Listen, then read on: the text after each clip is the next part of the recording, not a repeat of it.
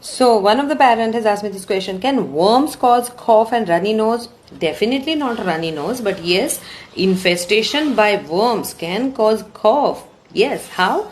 Because there is a stage in the life history of the worms wherein the worms, it will sound really creepy when I say this, but yes, the worms crawl up the esophagus and go down the trachea, and they can go into the lungs. This can cause irritation of the air pipe and cause intense coughing. Okay, that's why to avoid all these serious problems, we usually tend to do deworming twice in a year in endemic area like in India. So it won't be done abroad, but yes, in India we have deworming days, national deworming days on 10th of February and 10th of August, basically to avoid all these overt side effects of having too many worms. Okay, but yes,